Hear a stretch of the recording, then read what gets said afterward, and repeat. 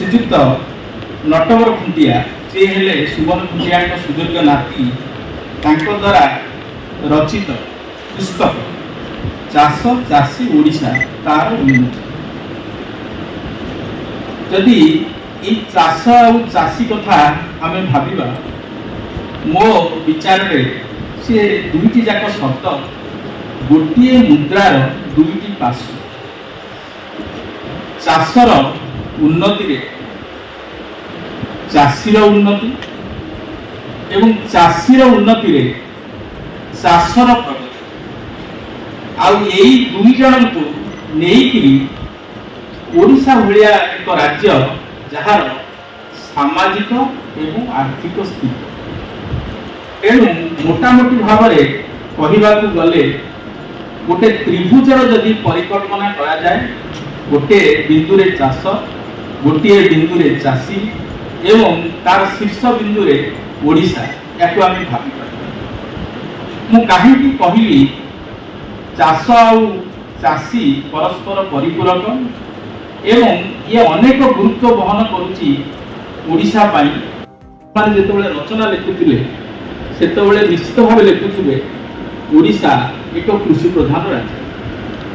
मु जेतेबेले रचना लिखिली 80 मसीहा रे मैट्रिक पास कला बेलकु मु मध्ये लिखिछि ओडिशा एक कृषि प्रधान राज्य एवं आम पिला माने आपण नाती माने जो माने वयस्क अछन सी मध्ये लिखुथिबे जदि ओडिया मीडियम रे पढुथिबे से माने मध्ये लिखुथिबे जे ओडिशा एक कृषि प्रधान राज्य। तेणु सत कथा कहवाक गले चाष और चाषी ये सत जमी ओडिशार दुईटी स्तंभ एवं खाली सेतिकी नुह चाष एवं चाषी की नेइकिरी ओडिशार प्रगति मध्य निर्भरशील। आज पर्यंत मध्य आमे निश्चित भाव कहवा 2/3 लोक ओडिशार चाष उपर निर्भरशील। एबे आउ टिके सरलीकरण करिचे प्रत्यक्ष और परोक्ष भाव मुझे कहली जब परोक्ष कथा जोड़ा हम तो 100% लोक चाष उपर निर्भरशील। चाषर इतिहास कहले बहुत लंबा हम और सान मुहरे बड़ कथा कहला भाया तथापि मु मोटामोटी भाव में जी पढ़ी जहाँ शुणी जहाँ जानी से जणुची। प्रथमे इतिहास कहे चाष आगु नोमाडिक थिला बा जाजागर चाष थिला लोक जाउथिले जोटी पानी थिला माटी भल थिला जंगल रु माटी उर्वर माटी थिला सेठी लोक चाष परवर्ती पर्याय सेटा सेटल्ड एग्रीकल्चर हैला माने स्थिरता एवं स्थायित्व चाष गोटे निर्दिष्ट जगार बसवास लोक कले एवं चाष कले। तृतीय पर्याय सेटा साइंटिफिक एग्रीकल्चर है सेठी विज्ञान पशिला सबुज विप्लव आसिला स्वामीनाथनकर करिश्मा काम देला एवं आमे चाष क्षेत्र में सफलता अर्जन कले। एबे किंतु आमे चतुर्थ कृषि विप्लव को सबुज विप्लव कहते चतुर्थ कृषि विप्लव रे आमे उपनीत से होची स्मार्ट एग्रीकल्चर। आपण एटा ना सुनी स्मार्ट एग्रीकल्चर रे आर्टिफिशियल इंटेलिजेंस बा कृत्रिम बुद्धिमत्ता प्रयोग करा जाउची रोबोटिक्स रो प्रयोग करा जाउची ड्रोन रो व्यवहार करा जाउची एवं फार्म मेकानाइजेशन थारु आरंभ करी आर्टिफिशियल इंटेलिजेंस पर्यंत सब प्रकार ज्ञान कौशल को प्रयोग करा तेणु मोटामोटी भाव चाष ये चारिटा सोपान दे आज स्मार्ट एग्रीकल्चर रे पहुंची भाया सेटल्ड एंड साइंटिफिक एग्रीकल्चर। खाली जे चाषर रूपांतरीकरण होती से कथा नुह चाषीर रूपांतरीकरण होगा आपे बणिज पुत्रे चाष अर्थात चाष गोटे पारिवारिक व्यवसाय एवं एक कथा वृत्ति एवं पोषे कुटुंब सेटा गोटे कौलिक वृत्ति थिला मु चाषी कूल जन्म मो से बड़ कथा एवं गर्वर कथा। किंतु परवर्ती पीढ़ी देखागला जे चाषी एकुटिया होगला पुत्र आउ चाषी सांगे आसला ना तेणु आज चाषीर परिचय है गोष्ठी आउ व्यक्ति चाषरे बा व्यक्ति चाषी रे चाष सीमित ना चाषर उन्नति घटी एवं मु जेहेतु परिसंख्यान को उद्धृत करी कहबी आपण माने मते काटी पारिबे कारण गोटे विधि व्यवस्था भितर से परिसंख्यान जन्म नहीं परिसंख्यान कहे 2000 बेसी पछुक जाउनी 2001 मसीह आमर हेक्टर प्रति चाउल उत्पादन 10.41 क्विंटाल थिला आज समय 27.30 क्विंटाल चाउल कथा कहूँ धान कथा से पहुंची उन्नति कौन करना कि वर्षक तले ओडिशार खाद्य शस्य उत्पादन 136.39 लक्ष टन यहाँ हूँ आमर रेकर्ड प्रोडक्शन खाली एति यही 20 वर्ष भितर पनीपरिया 3 गुण वृद्धि पाई खाली मु परिमाण कहूना तार परिचय वृद्धि पाँच आम पिला मैंने हुए कहे ना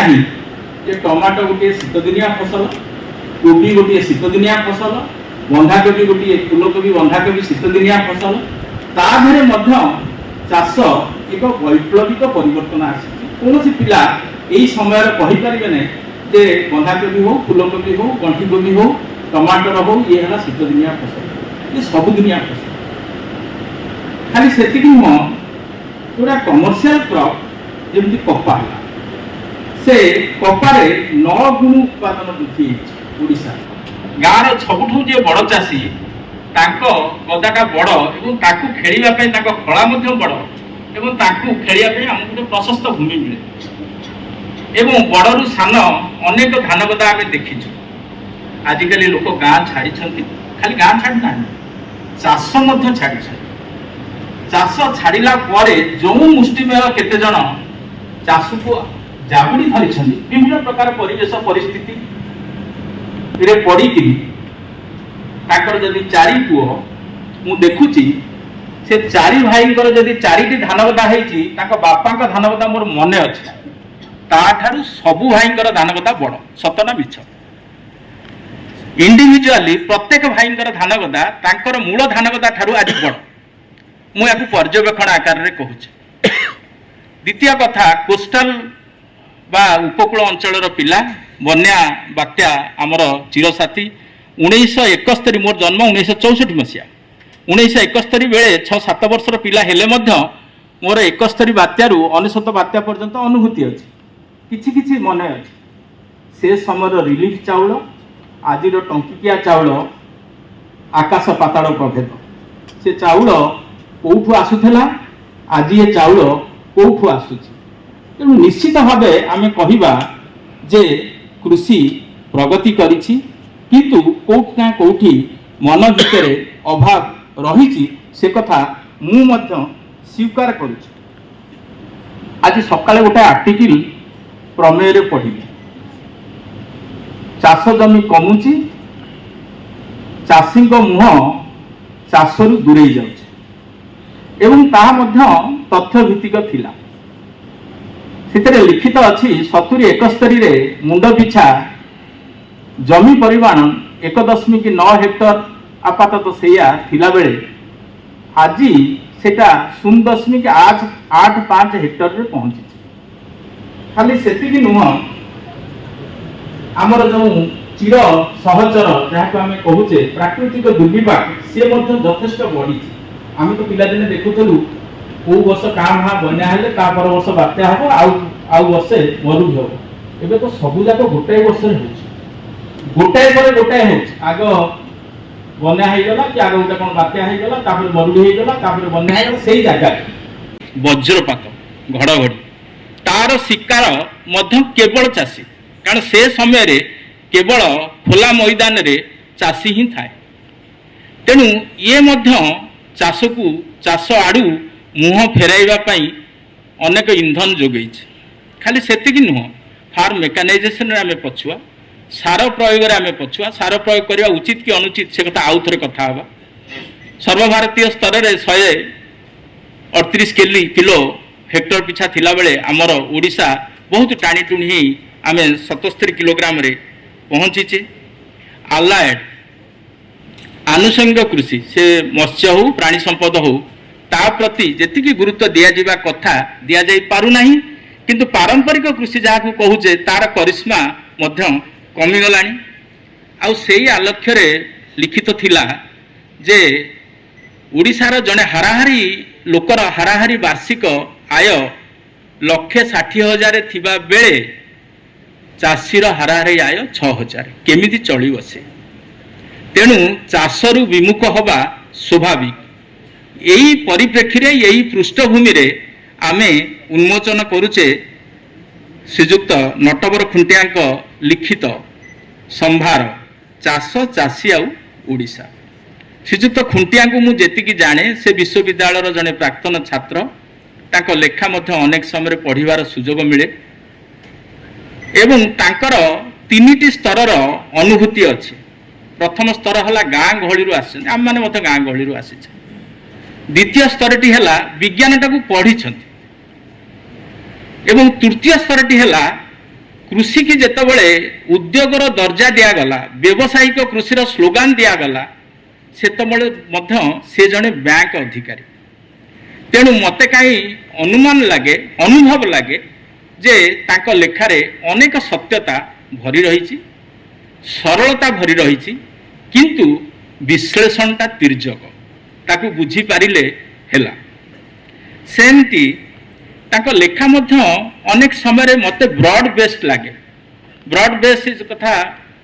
श्रीजुक्त पट्टनायक महोदय कहते आमर सभापति आज प्राइस प्रेस्टीज पेंशन से कथा मध्य से स्लोगान रे से कृषक को सम्मान कथा लिखिं नम्रतार सहित लिखिं एवं किभली भाव कृषक तार उचित मूल्य पाइपर से कथा गुरुत्व दि जाइए एवं विशेषकर कृषि बजेट कथा लिखिं बैंक पुंजीनिवेश कथा लिखिं एवं आहुरी विशेष भाव में ऑर्गेनिक फार्मिंग ठारू नेचुरल फार्मिंग एपरिक केमिकल फार्मिंग ये सबू कथा आलेख्य रे स्थानित होती। मोटामोटी 25टी अध्याय 115टी आलक्ष्य एवं प्राय अनेक जिनिस एपरिक बासना धान कथा से लिखिं। ओडिशा रे अनेक बासना धान अच्छी ताकू जदि बछा जाई चाष कराजिबो प्रक्रियाकरण कराजिबो रप्तानीर व्यवस्था कराजिबो ओडिशा चाषी माने निश्चित भावे आगकू जाई परिबे। आ गोटे बड़ कथा लिखिं मो मन को छुईला जे जल दुर्भिक्ष आम दुर्भिक्ष जानीचे खाद्य मिले ना से दुर्भिक्ष जल दुर्भिक्ष जल जो मो गाँव में आम अष्टम परी होता आम कलश बुड़ाई 5 किलोमीटर दूर गलु पानीटे गाँव में बर्तमान भी पानी ना गाँ लोक पानी किणिकी खाऊँ पीऊँ जगतसिंहपुर बालिकुदार अनेक लोक मो सामने अच्छा। तेणु ये है जल दुर्भिक्ष। मुझे गोटे सभारे बांगालोर को जाइली बांगालोर रे प्राय जल कष्ट हो समस्त पिला तो प्राय बांगालोर थे एवं सेठी जल कष्ट होची आमे जेतोले मझिरे जलपान विरति हैला से